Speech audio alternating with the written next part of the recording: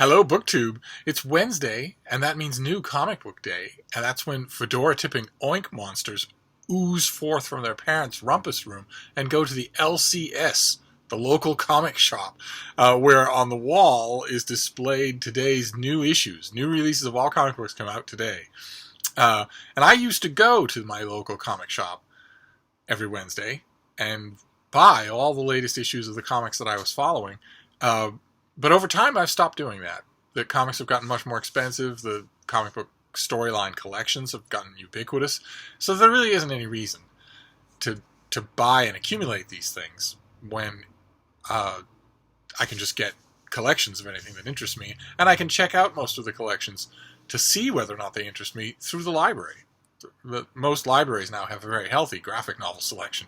But last week, I went to the comic shop and bought a single issue floppy comic book. I did it because of Paperback Junkie. I did it because of Pentathon, Week 5, which was all about reading a comic book. So I did something I don't usually do. I went and I bought a collection, a collected volume, but I also bought an individual comic book and sat it down and read it, knowing that it was just going to go nowhere, that it was just going to be put in a box somewhere. And it was a Marvel comic book. It was Spider-Man, the Spectacular Spider-Man. And it was very good, but it still left a sort of taint in my mind. Because Marvel Comics is the home of Spider-Man and the X-Men and the Fantastic Four and the Hulk and whatnot. And although I love those comics, of course, I've read Thor from the very beginning. I've read Spider-Man on and off almost as long. I'm a big fan of Doctor Strange. I love the Avengers. I love the Fantastic Four when it's done really well. Although I like all of those things, my heart and soul belongs to DC Comics, the home of Superman and Batman and Wonder Woman, and until comparatively recently, my beloved Legion of Superheroes, which do not have a comic book of their own right now, but still. To me, the legendary nature, the mythic nature of those DC heroes has always appealed to me more than the how am I going to make enough money to pay my phone bill superheroes of the Marvel Comics universe. Which is why the big DC Comics mega event of last week, Heroes in Crisis, left a bad taste in my mouth, because the idea, the whole series, which is going to be ongoing throughout the autumn, is about DC comic characters undergoing PTSD, having all sorts of trauma from their adventures. When, to me, the whole appeal of the event of the DC lineup has been that these are, for the most part, with a few exceptions, heroes who do not particularly have feet of clay. They do not particularly have psychological hang-ups, as Stan Lee would have called them. And that answers better for me, for my idea of what I'm going to a comic book for. Also, DC adventures, to my mind, usually tend to be both bigger and smaller, in the sense that it's to me, it's always seemed more convincing than anything in the Marvel universe for a DC character, whoever it is, to foil a bank robbery. But it's also seemed more believable that DC characters would walk with gods, would fend off world-devouring menaces. Something about Marvel Comics seems just insulated, so that Marvel Comics seems most natural when people in Marvel Comics, superheroes in Marvel Comics, are fighting other superheroes in Marvel Comics and leaving the real world largely untouched. I might be wrong about that. Certainly those Marvel Comics adventures have trucked in the real world plenty, but one way or another, I had to go out today, even though it was boiling hot and humid here in Boston. And for a change, my route took me past my local comic shop. And when I went in, I, on the spur of the moment, decided to counterbalance the feeling of buying a Marvel comic single issue last week by buying DC Comics this week, as if years hadn't passed, as if I were still following these issues. So I bought 5 DC Comics. 5 comics that are probably, half of them are in the middle of storylines, half of them are starting out storylines that I really don't plan on pursuing, just to see what was going on with these iconic, epic characters. So I didn't look for any DC comics that weren't that.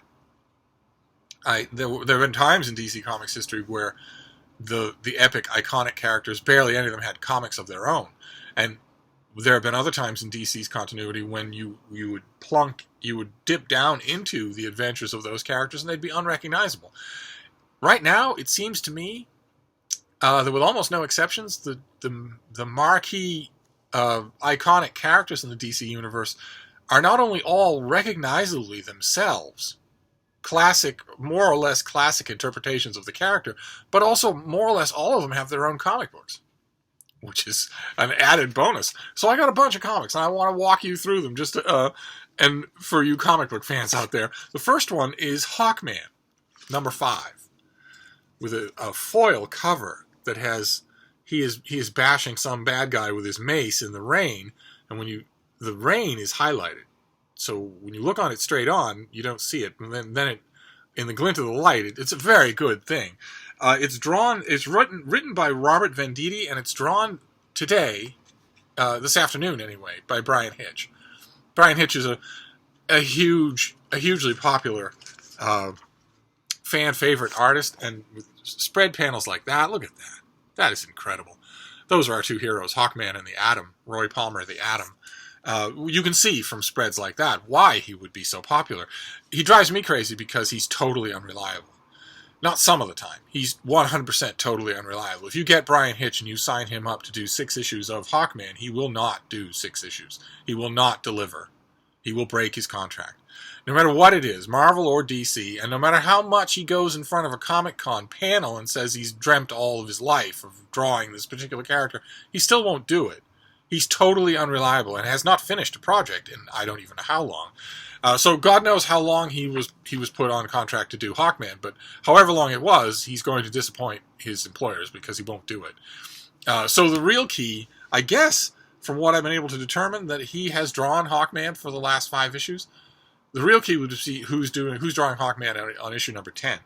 But it turns out that in this storyline, Carter Hall, who is Hawkman.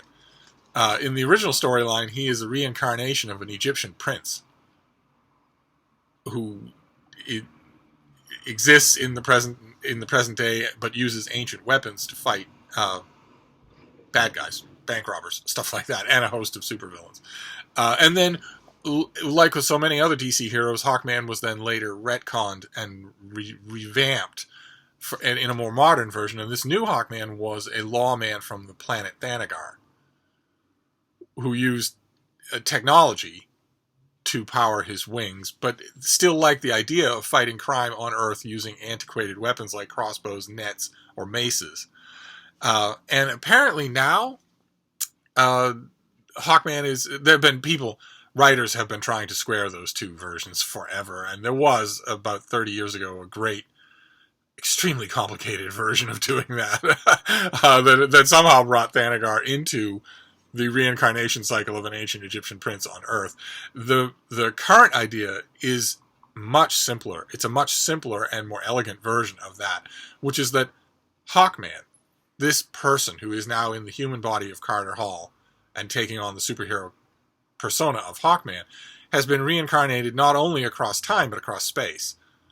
There you go. That solves the problem. So he has been Hawkman on Thanagar. He has been Hawkman on Earth. He has been all sorts of variations on all sorts of other planets. And this storyline, this is Half-Lives Part 1. And the title of the issue is The Fury and the Titan. And this storyline is Carter Hall trying to figure out what's going on. It's a classic approach. It's a classic introduction to the character. He's trying to figure out who he is. And as he goes on this quest to figure it out, we go on it with him. And that's really good. And he finds himself at the beginning of this issue with precious little in the way of explanation. He finds himself in a subatomic realm.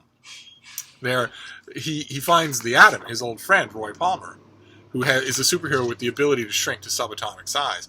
He finds Roy Palmer in this subatomic world unexpectedly, and they talk about what it is that's going on with him. Most of the issue is conversation, where Roy Palmer is trying to figure out what this thing is that's happening to Carter Hall. How are you being reincarnated across worlds?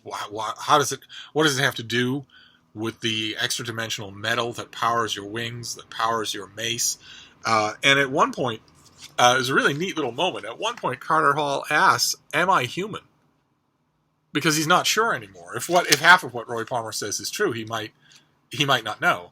And they. The answer is, you're whatever you are at the moment, whatever incarnation you have, which I don't think would be very comforting. But they end up going on a quest for more of the mystic metal that powers Hawkman's wings, and they go to a planet that's alive. Mozga is the name of the planet. This gorgeous artwork. They go to Mozga, which is a living planet that doesn't like visitors. And the end of the issue blasts into big screen action of a type that Brian Hitch draws really well. And it's the first installment in this series, although I could swear that this storyline has been playing out for the first 5 issues. But this was terrific. Just terrific. It had wonderful human moments between Carter Hall and Roy Palmer. It had great action that was realized and well done. It didn't dwell over minutia. Instead, it just brings our heroes from one adventure to another. It was really well done. It was a very tempting prospect. Reading this made me want to read the next issue, which is how I got into this problem in the first place 60 years ago.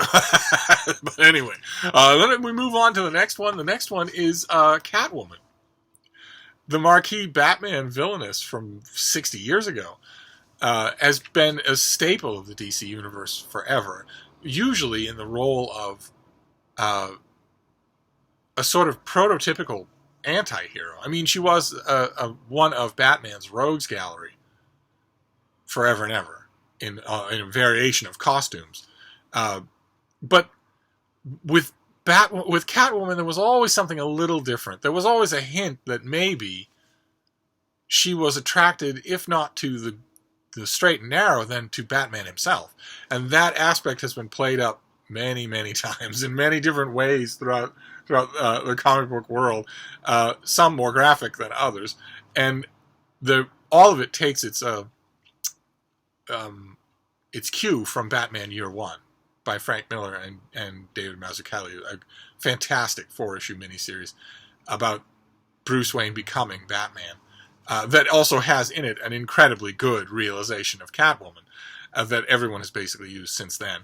So she is now in DC Comics. She is characterized as a high-end thief, a chaos agent, not a hero in the straight up and down nature of what we consider to be heroes. Much closer to a Marvel figure in that sense. And of course, she was just recently in the spotlight with a majorly popular storyline in which she was going to marry Batman.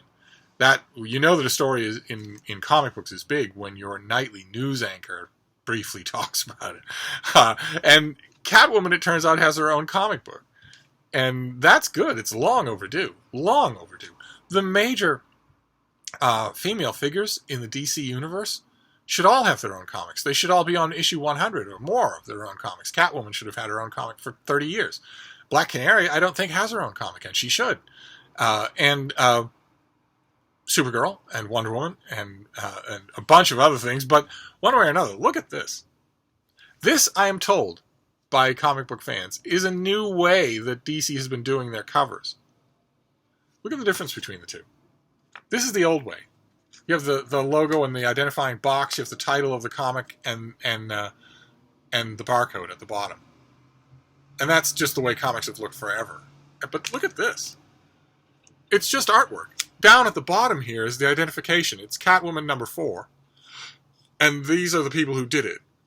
And, the DC is discreet, way up at the corner there, but nothing else. Nothing to obscure that. I think that's just wonderful. And also, it's a gorgeous painting. Just a gorgeous picture. Non-canonical.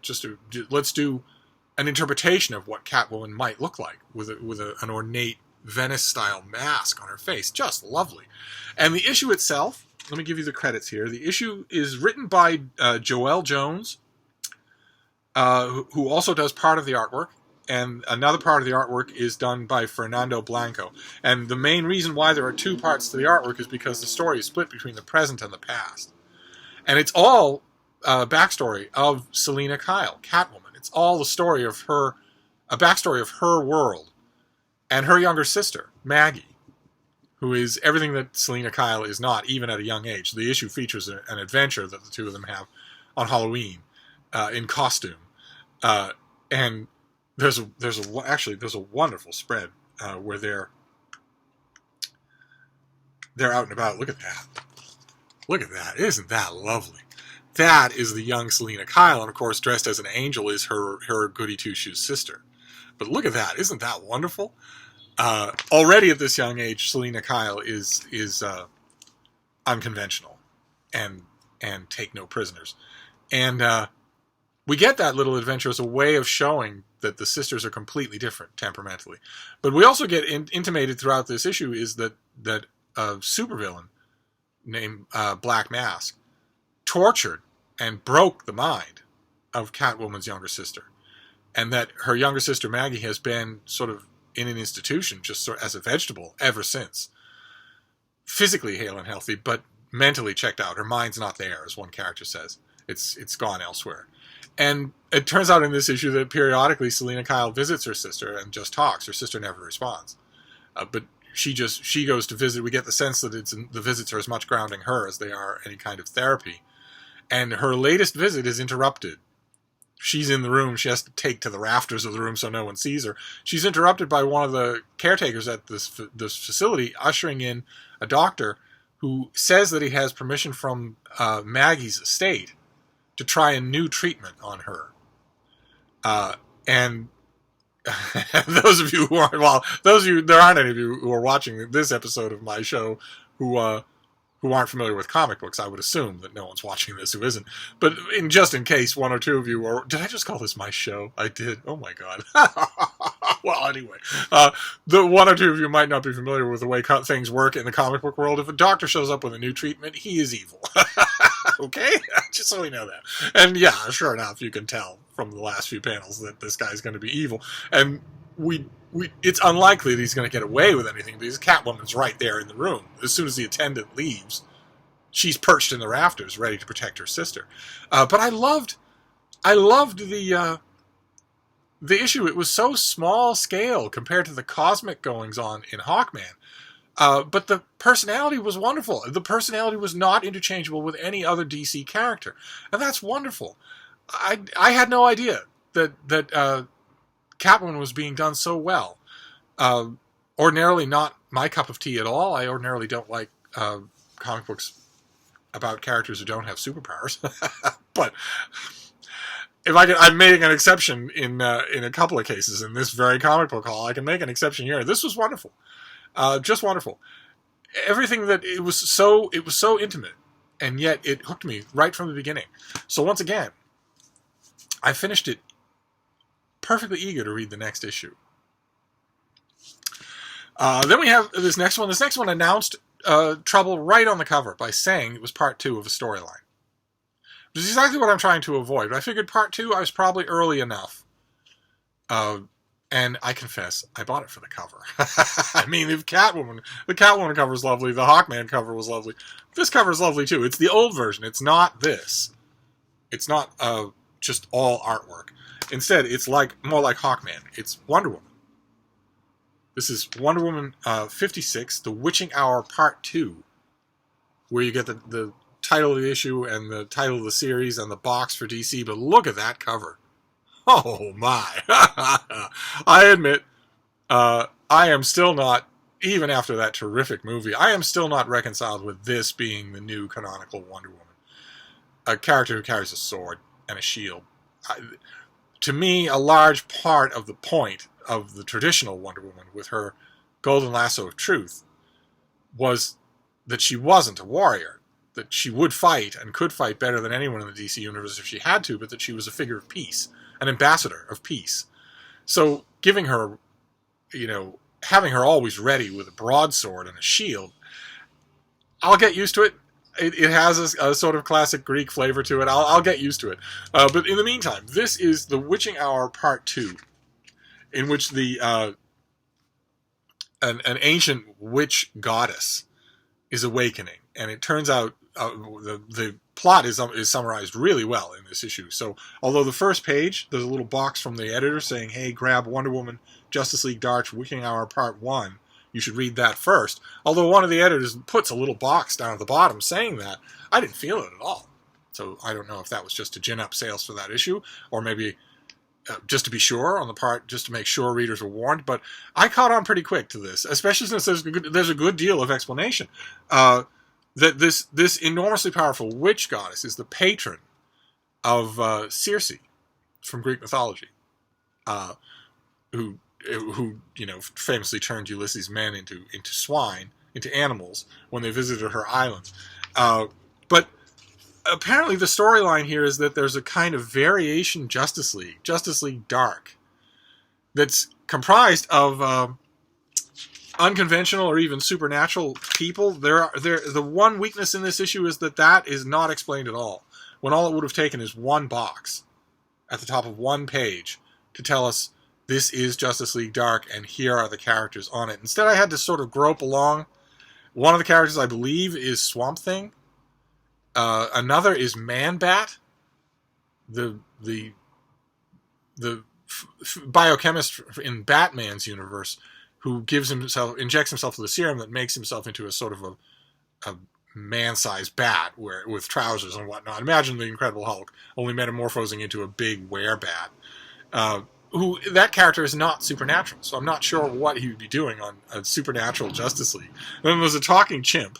There's John Constantine. And there's Zatanna, who is a long-standing magic wielder in the DC universe, who speaks her spells backwards, can do pretty much anything if she speaks her spells backwards. And in addition to all those other people, Wonder Woman. And these people have teamed up to stop the plans of this witch goddess. And the issue takes a classic Marvel Comics turn. It turns out that this witch goddess has broken apart parts of her vast power into 5 nodes that are living in people in the world. And sometimes the people don't know it. And now the witch goddess wants to reawaken those nodes and reclaim them. And it's overriding the personalities of the people involved, including in this issue a character who was a minor superhero on the Justice League, a character called Manitou Dawn, who was a minor mystic-related superhero on the Justice League about, what was it, 10 years ago? Something like that, 15 years ago? Those of you who are comic book fans in the continuity will know it better than I do. What was that wonderful stretch where Major Disaster was a member of the Justice League? And where there was Manitou Raven and Manitou Dawn were these two proto-Native Americans from thousands of years ago who were also on the team. I don't quite remember when that was, but there's a scene in here where she's been living in New Mexico just as an ordinary citizen, just helping out around town. But she is still a mystical being, and when her node of power is awakened, it takes over her mind. And there's a wonderful little quote here. Once the cops start investigating, one of the people in her town starts to talk about what it was like to have this one-time superhero in town. She got us a grant from the Wayne Foundation to build that new rec center a couple of years back, set us up with real nice with some computers from Queen Tech, and she's there working with the kids pretty much every day. I know she used to get up to that superhero stuff, but she's mostly just puts on the costume for the kids, Let them see somebody like them who's tussled with some real big bads and shook hands with Superman. Nothing like this has ever happened before. That's kind of neat. That adds a nice grounded element to it.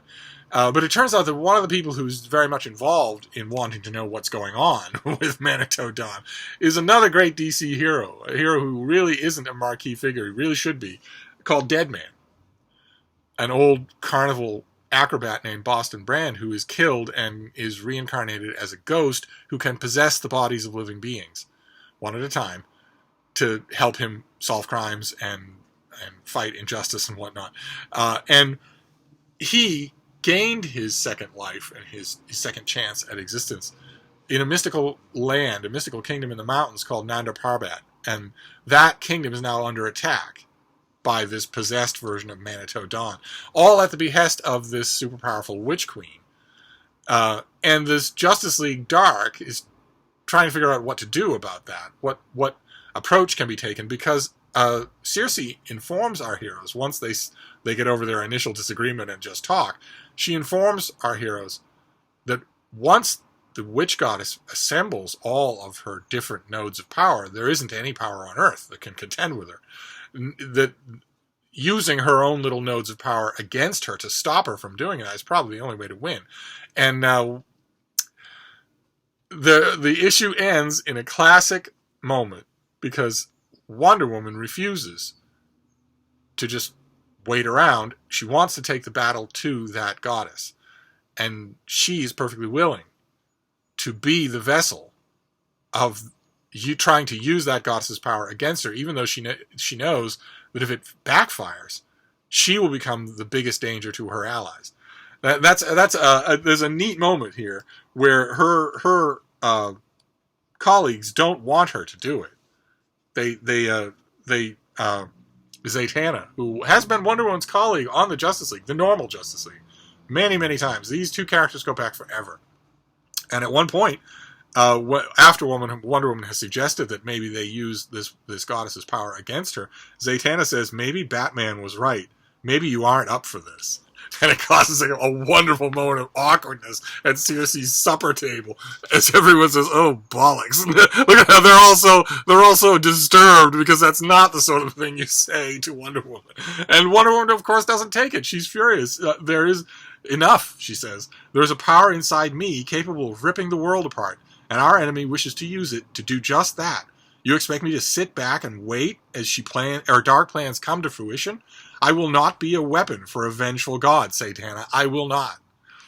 Wonderful stuff. Unfortunately, DC, in the middle of this issue, is running a house ad for the whole story of the Witching Hour, and one of the house ads that they run is a picture of a fully possessed Wonder Woman. That is not a panel from this comic. That is a house ad for the whole of the Witching Hour, and it kind of gives away what might happen. I'll hope not. I'll hope it's just hyperbole. But one way or another, even though this is part 2 of a story, I loved it. I absolutely loved it.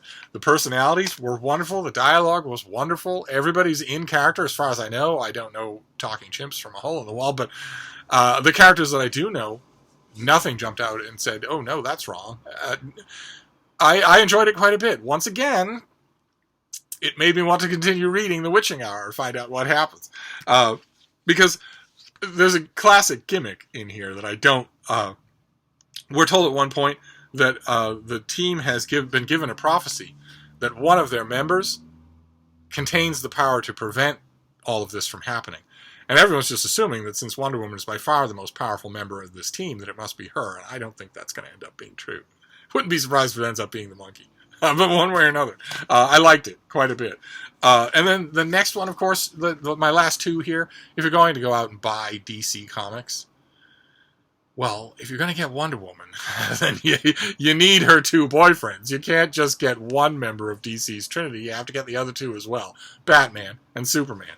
So, and I was, of course, very attracted by, again, this beautiful cover. Look at that. This is the latest issue of Batman, and that's what it is. It's just artwork with very little in the way. Just a classic murky Batman cover. This is Detective Comics 990. It's written by James Robinson, and it's drawn by Steven Segovia. And it is Deface the Face Part 3. An ongoing conflict between Batman and Two-Face, who is, those of you familiar with the Batman movies will know who Two-Face is. He's a long-standing Batman villain who was a crusading DA named Harvey Dent until in a courtroom during a trial, a villain threw a vial of acid at him and it disfigures half his face and unseated his reason. So that now Two-Face, this character, is half villain and half not. So there's the idea that's floated throughout this issue that there is a good Harvey Dent whole, and intact somewhere inside Two-Face, and that it makes him different from other Batman villains, where you want to reclaim him, not just defeat him. That idea is brought up several times in this issue. It's mocked several times, including by Two-Face himself. But one thing I noticed about this issue that I was complaining about with that Marvel comic that I read last week is the idea of a splash page, where the very first thing you see when you turn the front cover of the comic book should hook you. And this does. Look at that. That is what I call a splash page. And it opens to a big action scene. Batman is in a warehouse fighting Two-Face and his goons. And it's confusing in a way to me because Two-Face says, we lured you here, you're doomed now. And Batman says, with these insipid goons, it's all nonsense, and you know it. I've battled new gods. This gang of fools can't even shoot straight, apparently. And the reason that gives me a trouble is because if you look at this, you'll see that these goons don't need to shoot straight. They have automatic weapons. If they all just do semicircular arcs, they literally cannot miss someone who's jumping through the air. They literally cannot miss him. They don't need to be good at what they're doing. Not to mention the fact that in the very next page where he's saying that, Two-Face himself is shooting at Batman and missing at point-blank range. And I guess he's not a two-bit thug. But one way or another, the prospect that there may be more to Two-Face, that Two-Face might be trying to do good, that the Harvey Dent side of Two-Face might be coming through, is first mocked in this issue and then engaged seriously because it starts to look like it might be true. And I like that. I like that quite a bit. There's plenty of action in here, but there's also the sticky psychological elements that make Batman so much fun to read. Not just his own, but everybody. Everybody's connected with him. Two-Face is a perfect example of a Batman villain that really reflects Batman.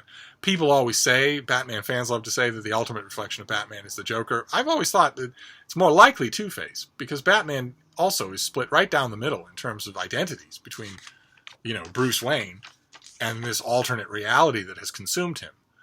So I always think the two of them are better antithesis, but you're never going to get that past it. But Joker's been in too many classic Batman stories. So I really like this. It was Deface the Face, and it was a multi-part thing. Again, I didn't feel like I was missing anything at all. And it left me wanting to figure out what was going to happen next. And then we'll finish off for today with the ultimate DC comic, my favorite, since the Legion of Superheroes is not currently in production, and that is Superman. And this is Superman number 4, by Brian Michael Bendis and Ivan Rice, and it is another example of this full artwork cover. Only with Superman, it's not dark and shadowy like with Catwoman or with Batman. Instead, it's bright sunlight. Will you look at that cover? Just look at how beautiful that is. That's the Daily Planet building. Sun is rising over the horizon, and there's Superman way up in the sky in a leap. That is so wonderful. In fact, that is so much better than if Superman were flying. That he's leaping like that is so much better. What an incredible cover. And this is the Unity Saga Part 4. And I don't know anything about it except what I've read in the comic book news sites and whatnot, which is that the villain, who we've met before, we met him with the last individual Superman comic book that I talked about, Rogol Zaar, is a villain who claims to have destroyed the planet Krypton and everyone on it, and has since moved, I guess, the entirety of Earth into the Phantom Zone, this parallel void dimension where Kryptonians sent their worst criminals. No time passes in the Phantom Zone. You're consigned there forever as a ghost. You can go there. You can be sent there with a device, but you can't leave it on your own. You have to be reclaimed on your own. And the Phantom Zone is an ancient Superman gimmick that has been used a million times over the last 70 years, mostly to bring Kryptonian villains out of the Phantom Zone and onto Earth to make trouble, but also in a lot of other ways. And this is I think the first storyline where Earth is moved to the Phantom Zone, and Superman and the Justice League and everyone else are all trying to get it back. They're trying to get it out of the Phantom Zone, and the villains in the Phantom Zone are of course making trouble of their own. And this is basically that. Superman is trying to hold his own See, he's trying to hold his own against Rogol Lazar long enough for the Justice League. In this case, Roy Palmer, the Atom, is back. He's in this issue as well. And the Flash and a bunch of others. He's trying to hold his own against the villains long enough for the Justice League to figure out a way to get Earth out of the Phantom Zone. But the issue features flashbacks as well to Superman talking with his son about unfairness. And it's pretty good, except Brian Michael Bendis cannot write children. This child talks like an adult. This child's supposed to be 8 or 9 years old. When's the last 8 or 9-year-old you knew who said, who called someone evil, incarnate, succubus losers from Loserville? This is a kid who grows up in the Midwest and who's 8 years old. He's not going to talk like that. When he and his father talk, they talk like two grown men having a philosophical discussion over beers, not a father talking to a son. And that takes you out of the story momentarily, but there's something in their discussion. There's a neat little callback to Action Comics #1, because they're in a junkyard and Superman's just letting his son work off steam, but notice the position. He's slamming a car just the way Superman does on the cover of Action Comics #1. And he's letting his son work off steam about the unfairness of the world, about people who lie and spread rumors. I'm really hoping that the boy saying, but these gossips, they lie about us like every day. Every day they just make something up, and people are going to believe it. I'm really hoping that's not a swipe at Comicsgate. I'm really hoping that Comics Superman, Comics Action Comics has not sunk so low that they're taking swipes at people in issues. I'm hoping that this is just meant to be a general the unfairness of the world. And the fact that the kid is not written well takes you out of the moment just a bit. What takes you out of the moment a lot more is Brian Michael Bendis just routinely assigning to Superman weird thoughts that Superman would not think. I'm not talking about things that Superman wouldn't do. I'm talking about things he wouldn't think. At one point, he's talking to his son about how annoying some people can be. And he says, with a smile on his face, "You must know I want to pop Batman's head off his body every day I'm alive." And we break through the action, but then we come back, and his son says, "I thought you liked Batman." And Superman says, "I do. He's my brother. But as you yourself have witnessed on numerous occasions, he often says and does things that I disagree with every fiber of my being." And his son says, "He drives you nuts." And Superman says, "And I could stop him, pop his head right off. It would solve the problem." And he goes on to say, "No, you don't want to do it." In fact, what he goes on to say is actually wonderful. I'm saying these people you're frustrated with today, they might not be doing their best today, but they might tomorrow. It happens every day. Wait for it. That's wonderful. But it takes a lot to get there. I'm supposed to be comfortable with the idea that this Superman in 2018 thinks about popping Batman's head off his body every day. Normal people don't think about such things when they disagree with someone. And Superman is the most normal person of all. That's the whole point of being Superman. One way or another. That was a little disturbing, but I loved the gigantic action of the issue. Just loved it. That bit that Superman tells his son about how, you have to look for the good in everyone. You have to hope that they can find it in themselves. He actually puts that into practice with one of the villains in the issue later, and it works well. So this was a weird combination of disturbing little toss-off sentiments and terrific Superman adventure. So I don't know what I was missing from the previous 3 issues other than Earth is in the Phantom Zone. I felt completely caught up in this. In fact, with all 5 of these issues, my main reaction to all 5 of these things was how good they are. If this is what weekly comics are like in the DC universe, then I don't need to look any further than that as to why Marvel comics are failing. These are incredible. I mean, imagine. I can only imagine what it would have been like 30 years ago to have your weekly comics be this good, this adult, this intelligent, this cinematically done. I was impressed. I enjoyed it. I enjoyed it quite a bit. This tour through icons of the DC universe. I enjoyed it almost enough to go back. Of course, some of these are bound to be monthly issues. I doubt that I would get a lineup like this next week. But thanks to Paperback Junkie, I might go and check. So, one way or another, I'm going to wrap this up for now, but I will be back with proper book talk. Thank you, BookTube.